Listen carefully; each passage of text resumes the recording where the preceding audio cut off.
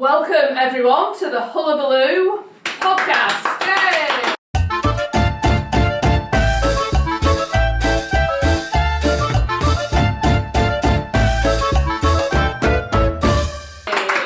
Motivator in the house. Motivator in the house. Slightly different format today. We're just going to be chatting. Mr. Motivator, I don't need to introduce this guy, do I? Mr. Motivator has very kindly come along to talk with us about music and movement. So remember, this podcast is for anyone. That's anyone who loves music, is interested in primary school things. If you're a music coordinator, there's something for everyone in here. We usually have a format where we have little slots. Today we're just chucking that out the window. What? Because we've got this great opportunity to talk to Mr. Motivator. So that's what we're going to do. So, can we welcome Mr. Motivator? Can I call you Derek? You can call me anything you like. Okay. So here's anything you like. No, Derek.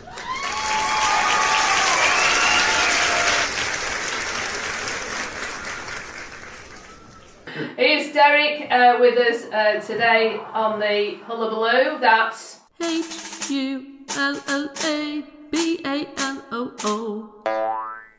And we're going to start with a quick synopsis of who you are. If anyone doesn't know who you are, because I mean, there are some very young people who listen and watch the podcast. Can you, in 1 minute, tell them who you are and what you do?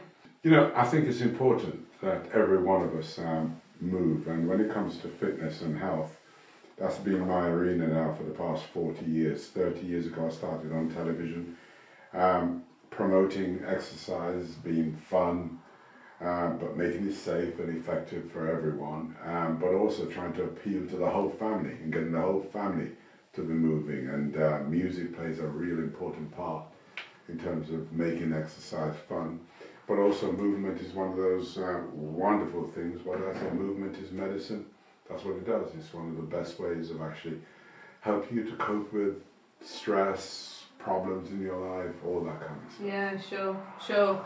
And obviously, what we want to talk about, the music and movement side of things, and we're going to talk about how teachers might be able to get the children moving more. We're going to talk about your charity as well, so we've got quite a number of things to get through.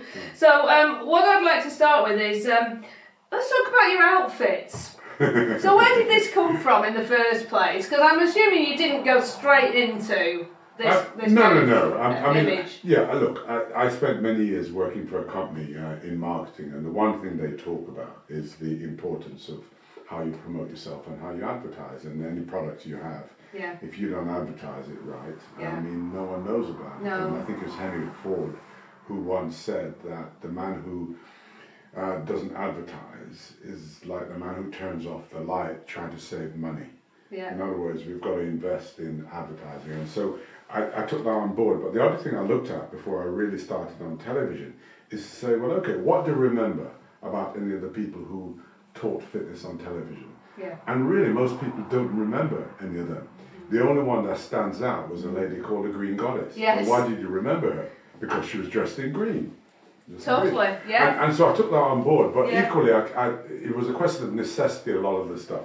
I didn't feel comfortable going on television in shorts. I equally didn't feel comfortable wearing a t-shirt. Sure. And my bum bag came out of the need to find a place to put my mic, because when my mic was in my back, as I laid on the floor, it was really painful when you're doing anything like stomach work. So my belt really became, or my bum bag became the place I put my mic. Okay, and so it went on. The multicolored socks and ankle warmers and stuff like that was all part of it. Yeah. But also, I think it's important for you to be who you are. And, Yeah. you know, and I like bright colors. I Yes. like, wearing anything, pink, I don't care. Give it to me, I'll wear it. Yeah, great. And that way people remember you for start. So remember the attitude, the music, the way you dress and everything else. They do, absolutely. And so we actually have just been to a Slimming World class, haven't we, this morning.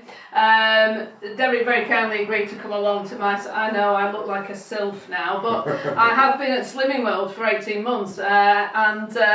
And there's a lot of people there who don't move, you know, who need to get moving. Yeah. So you came along, and interestingly, some of them are dressed up because they knew you were coming. And what did they wear? Bright colours. Bright colours. That's it. Yeah. So that all ties in, doesn't it? Yeah, but you know, it's quite interesting being there because I mean, everyone's got a mission in terms of they want to lose weight.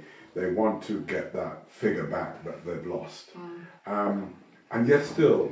Exercise doesn't necessarily play an important part of what they do, and I think it's important to make them understand that it's fine going on the diets and stuff like that, but if you really want to keep the weight off, you have to move your body. And how do you move it? To music. Yeah, absolutely. So moving on to that, the role that music has played in your life and your journey and in the role that you have. So how do you choose your music? Because obviously you kind of... It varies. Yeah, it varies, you know, because I mean for years on GMTV, what I never did was chose my music. Anything, the only time I chose it was literally that morning before I went on. Yeah. Because music, depending what was going on in the news, you have a certain amount of mood in you. And that mood comes about because you're influenced by the environment, by what's going out on the news and stuff like that. Sure. So that morning with a clear head is it's a much better time for me to go, you know what, this kind of music would suit what I'm going to do, and then you adjust your exercise to suit it. Okay. But I mean, I use a variety of music. It just depends on what is required, who I'm working with, and I do some big events. I do events where there's 10, 15, 20,000 people. Yeah. And when you do those kind of events, you've got to find something where, number one, people will recognize it. And number two, when it comes to you're giving them some simple moves to do, it fits in easily with the music because not everybody moves the same way. Yeah. And people tend to feel a bit intimidated, I think, if they can't get the rhythm of something. So therefore, find music that they can all move to, and it makes life easier. Yeah, definitely. Yeah, absolutely. So many of our listeners and watchers are teachers. So what advice would you give them about incorporating movement into daily routine? And you could mention, you give me 5 here, couldn't you, as well, thinking about that? Well, look, in the days of PE, I mean, I hated PE. I don't know who did. Me too. You know, in the middle of winter, you got these short shorts on, and you're running across a field. I can't remember anybody at my school who went on to become a great runner, a wonderful footballer, brilliant at badminton, play basketball exceptionally well. Yet still, you're forced down. Of course you are. It's forced down your throat. Yeah. I maintain what should happen is that we should find a way in which we can actually incorporate movement into your daily life based on your actual needs. Yeah. So there's no point you being a long distance runner if your job doesn't require you to have lots of stamina. If your job requires you to react real quickly, then you should be doing sprints and running real quickly. That's how it should fit in. Yeah. So I believe, right, that what should happen with teachers, number one, they should be looking after themselves first of all. Oh, that's a good point. Right? Yeah. We tend to forget them, we go with the kids. Yeah. But teachers should reflect a healthy lifestyle. So that means looking after you. And that doesn't mean going to a gym, it just means that, you know, put some movement in your life that you can do from the comfort of your home. That's number one. When it comes to children, don't punish them if they don't aspire to be a runner. Don't beat them up if they don't want to play rugby. But yes, still find something that they could do that brings fun and laughter and joy. I remember I was promoting for a while, those mini trampolines. I can't believe I didn't turn that off. LOL, laughing out loud. I can see which one we stopped actually. So I'm feeling bad that you sat on floor. Do you want to sit here? No, it's fine. No, you sure? yeah, thank you. So behind the camera now, we're doing musical chairs. Another music slot. It's going on off camera. Derek and I are going to carry on. And it's a bit more than that, actually. Some people don't have the body for being in front of the camera. Well, there we go. Yeah, I know what you mean, Derek. How rude. So I believe that what should happen is that we should find a way in which we can get kids engaged. And I used to do a thing with a mini trampoline. Yeah. And you know, when you put a mini trampoline in the middle of the room, every child wants to go on it. Of course they do. And they don't want to come off it. No. And for a while, I was going to market this as my business. Yeah. Right, where children would just literally doing bouncing because they see it as fun, they see it as play. Yeah. And any trampoline in any household, people are going to want to go on it. Yeah. But I believe that my Gimme 5 idea is the way to resolve this whole thing of making sure that children get enough movement during the course of the day. And then it's up to the teachers to go at 10 o'clock in the morning, they're in the middle of the lesson, kids are looking bored, looking at they didn't sleep well last night.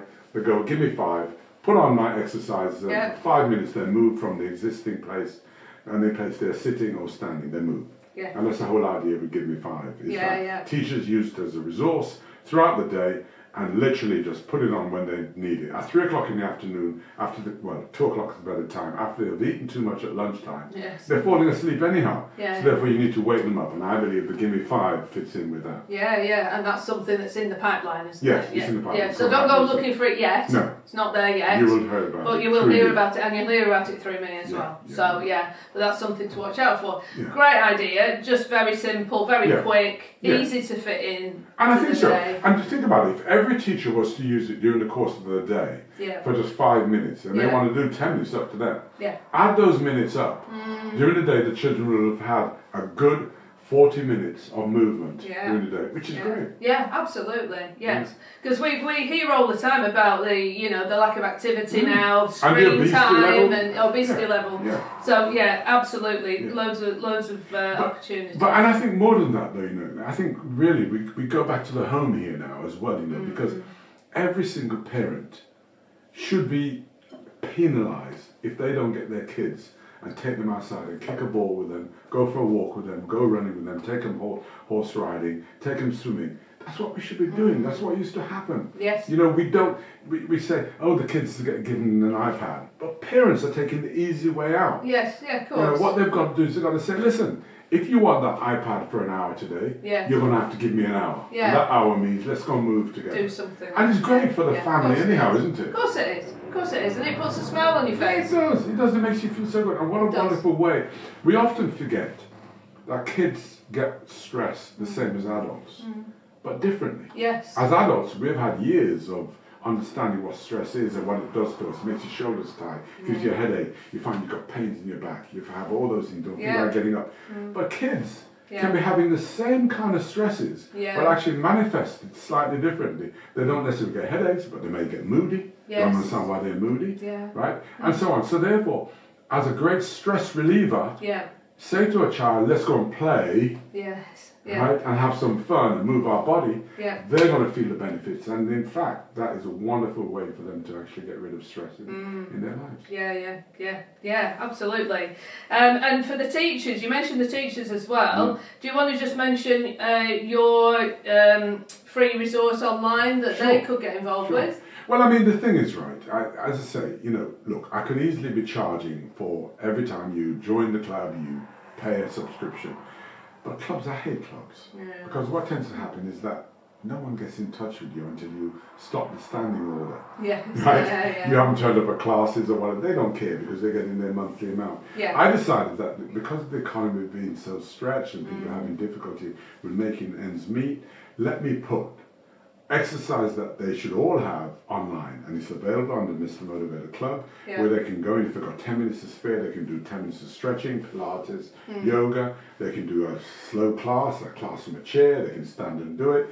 If we want to learn how to do bicep curls, we've got that information there. If we want to do shoulder press, it's there. Okay. Loads of resources. If we Yeah. want a bedtime story, I'm there reading my bedtime story. Right. There's all kind of that kind of stuff which is available in the club. And again, it's great for teachers. Yes. Because all too often they're so busy with schoolwork and kids and they forget about themselves. Yeah. All the time. All Yeah. the time. And carers are the same, Yeah, Carers definitely. never have time No, they for don't. themselves. No, Right. and they just feel worn out, Worn and, out, and yeah. actually that's the time you need to get moving, Absolutely, isn't it? absolutely. So that's on the Mr. Motivator website? That's it, MrMotivator.com. You can get into it, do it now. Yes, and we'll put it in the notes underneath the Thank you, podcast, thank you. so that people can access Sure, that. sure. Yeah, brilliant. Okay, so look, you must have met a lot of people over your 30, Too 40 many. years, too many people. Who, if you say your top 3 most memorable people that you've met, who would come in the top 3? Well, I've been very fortunate because I think a lot of people that I kind of never imagined I'd meet Yeah. or be in the same room with. Sure. Happened. I'll always remember it was in 1998. I went to the Foreign Office. Robin Cook was then the Foreign Office MP. Yeah.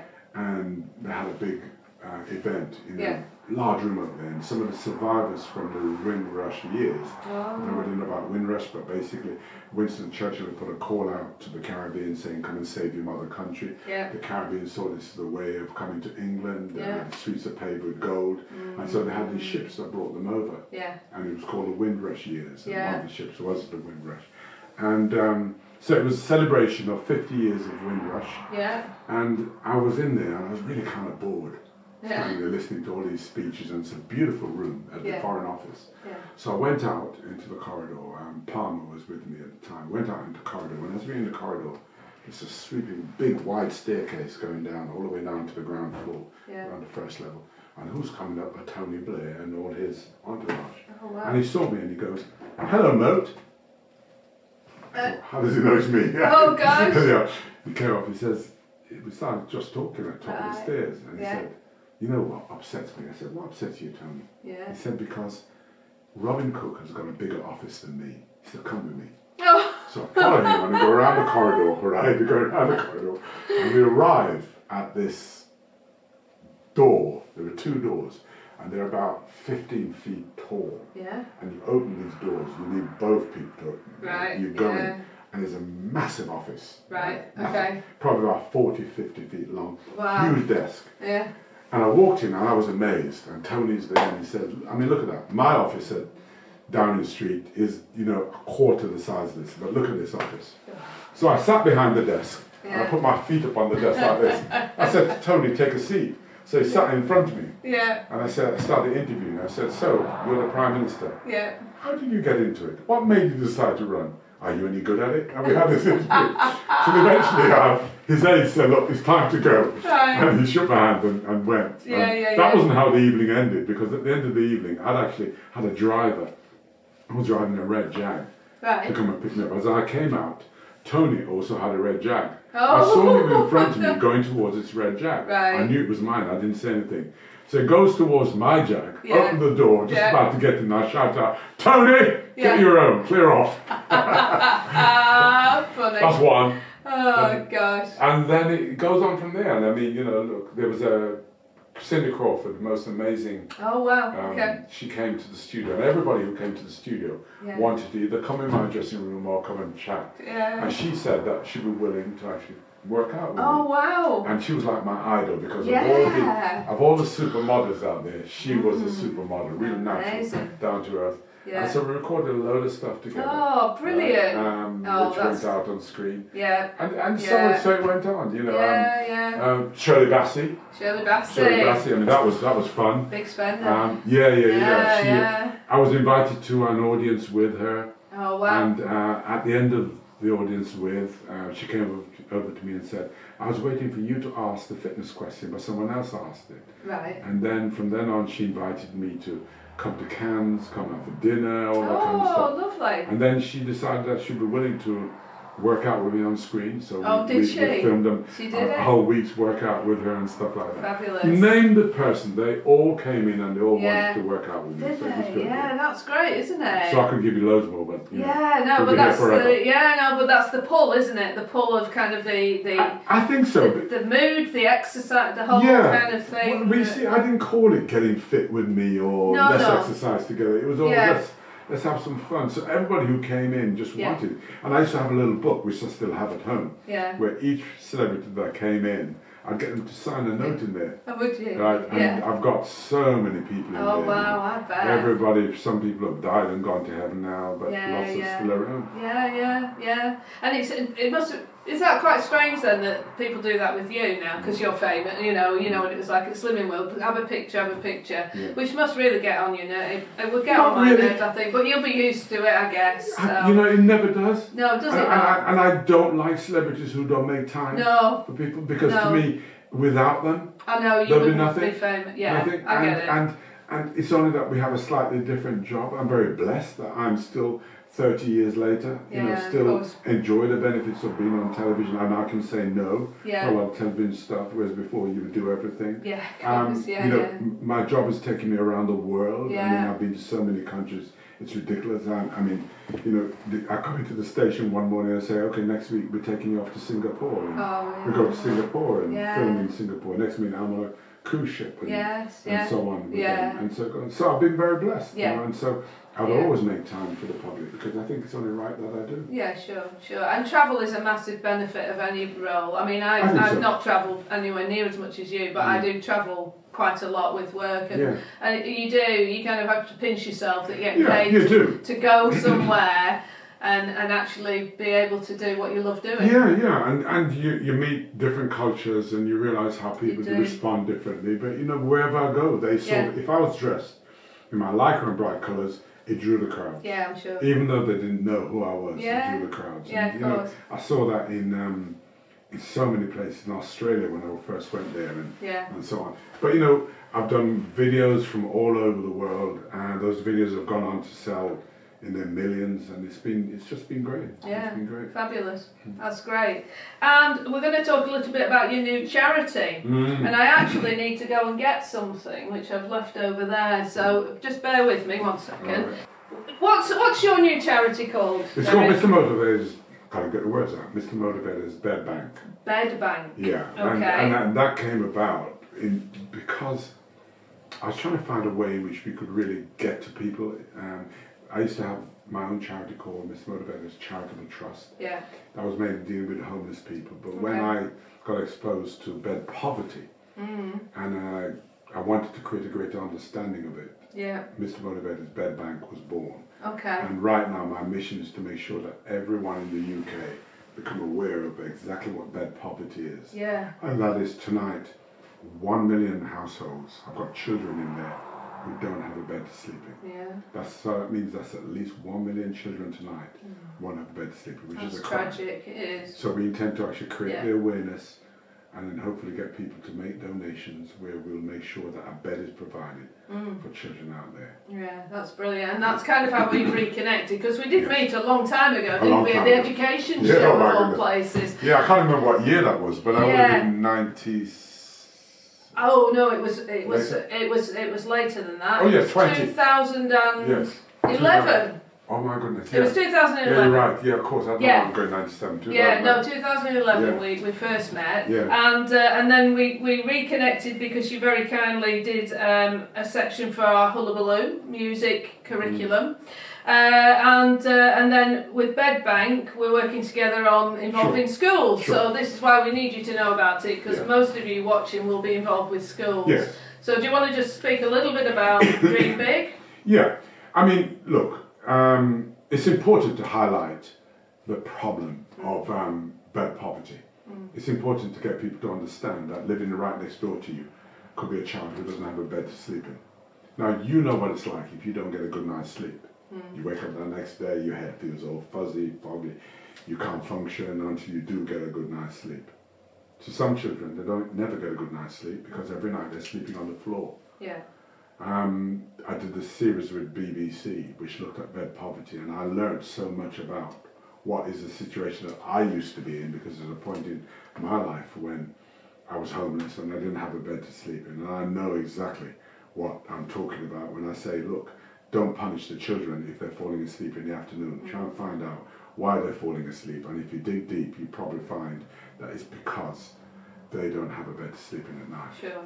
So we did a trial Yeah. in a school up here, which the idea was we to did. try and put together one day, which would happen each year, Yeah.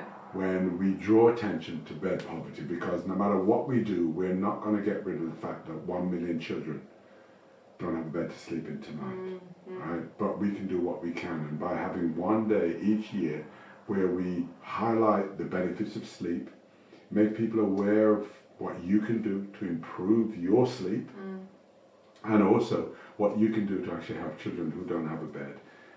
This is going to happen. So we did a test in the school where we learnt a lot. And We in fact, did. I have to applaud that school, Rylands. Violence Primary. Yeah, Rylands Primary, because the headmistress embraced the whole idea. Yes. And she got all the teachers and the kids involved, and everything from Yeah. them doing charts showing the benefits of sleep. Yeah, or, yeah. So much went on. Making hot chocolate. Making hot chocolate, yeah. Bedtime drinks. Creating the right, learning about creating the right environment so you can fall asleep in. Yeah. Armed with all that information, that will become a resource pack, which Yep. will be available on Hullabaloo, and also from a new website we're setting up, but initially it's going to be from mrmotivator.com. Yeah. And then you can download those resources packs to give you ideas in terms of what you can do as a school. Yeah. Because the other upside to this is that it's a bit like a Muffety Day where the kids came in wearing what they like and they're bringing £1 or whatever it is, and all that money then goes towards the bed bank, which then goes out and gets given to children. So next February 2026, will be our first National Dream Big Day. And we need your help. We need you to embrace the idea, to get the resources pack, to spend that day. It's not going to disrupt your class at all. In fact, it could enhance your class for that day. And that's what we're looking for your school to do, to get involved in. Yeah, brilliant. Okay, so don't forget, and obviously we will be promoting it ourselves, so anyone who watches the podcast or listens, we will flag that up nearer the time. Please. Absolutely. And mentioning Rowlands Primary School, so what we have here to present to you, and let you take the bag, we actually have 2 blankets here that have been knitted by, this is a lady who used to work at Rowlands Primary School, Anne Clark has knitted these blankets. Beautiful. She retired a couple of years ago from Rowlands, but some ex-colleague told her all about it. So she started knitting these because of Bed Bank Day.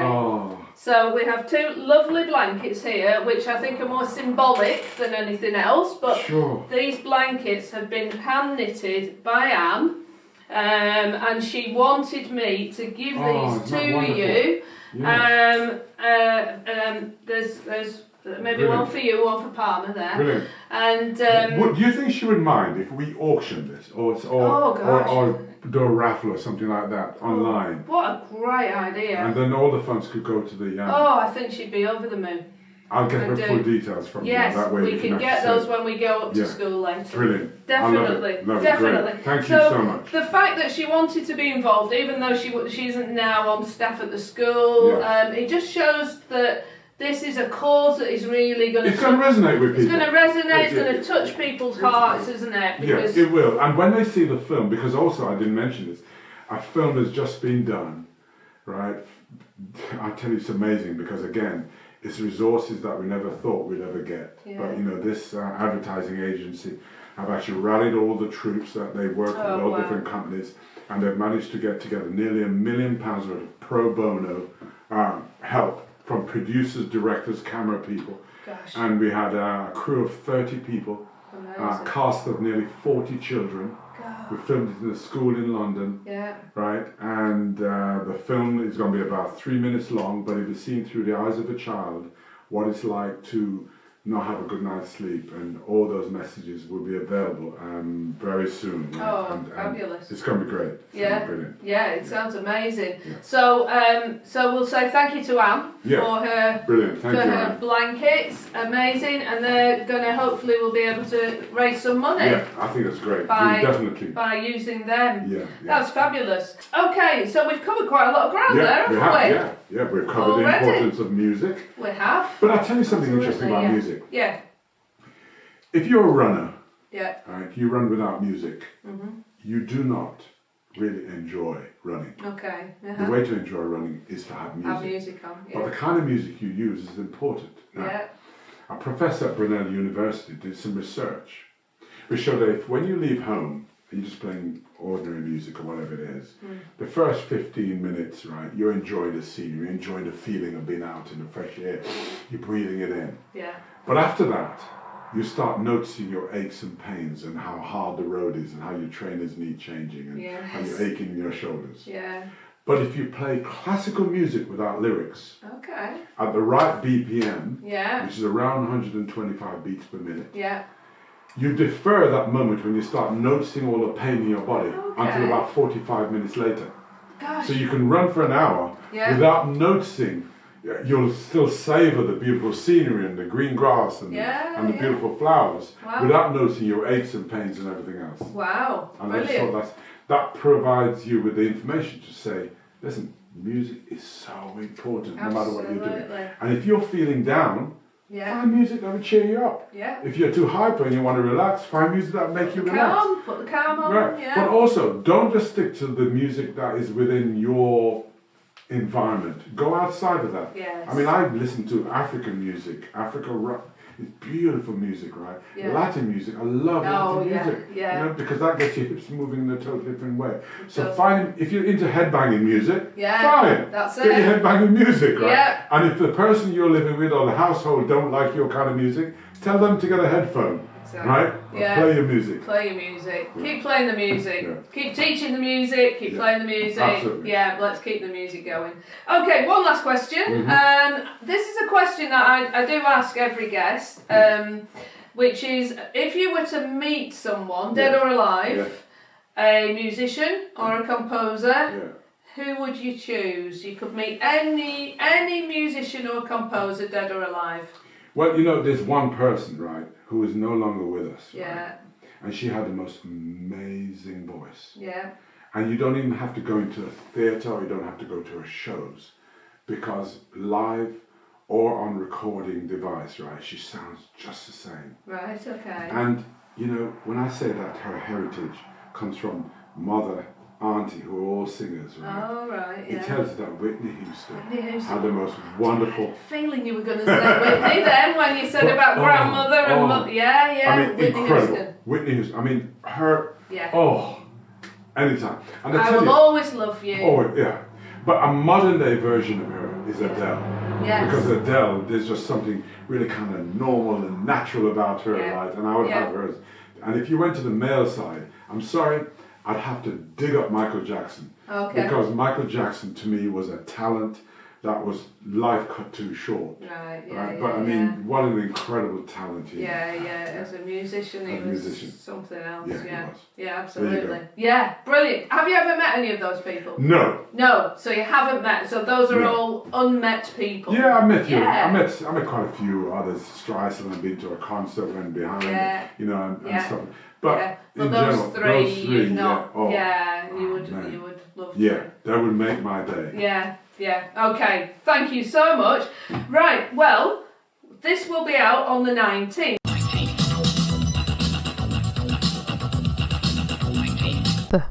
So I'd just like to say a massive thank you for My pleasure. your time and coming here to be with us today to talk about music and movement, to tell us a bit more about yourself and also about those amazing charity, Sure. the Thank you. charity work that you're doing. No, thank you for your help as well, because you know it's really useful, and there's always a reason why we meet people, and There sometimes is. we never figure out what it is. No. And here we are, Yes. 2011. Yeah, and now it's 2025, so yeah, we've reconnected for a purpose. And you're half the size you were then. I'm half the size I was then, yeah. Shout out to Slimming World again there, you see. Excellent. Brilliant, Okay. brilliant. Right, Good. so, so thank you very much, and we'll say goodbye to everyone. Thank you. Bye. Goodbye. Be well.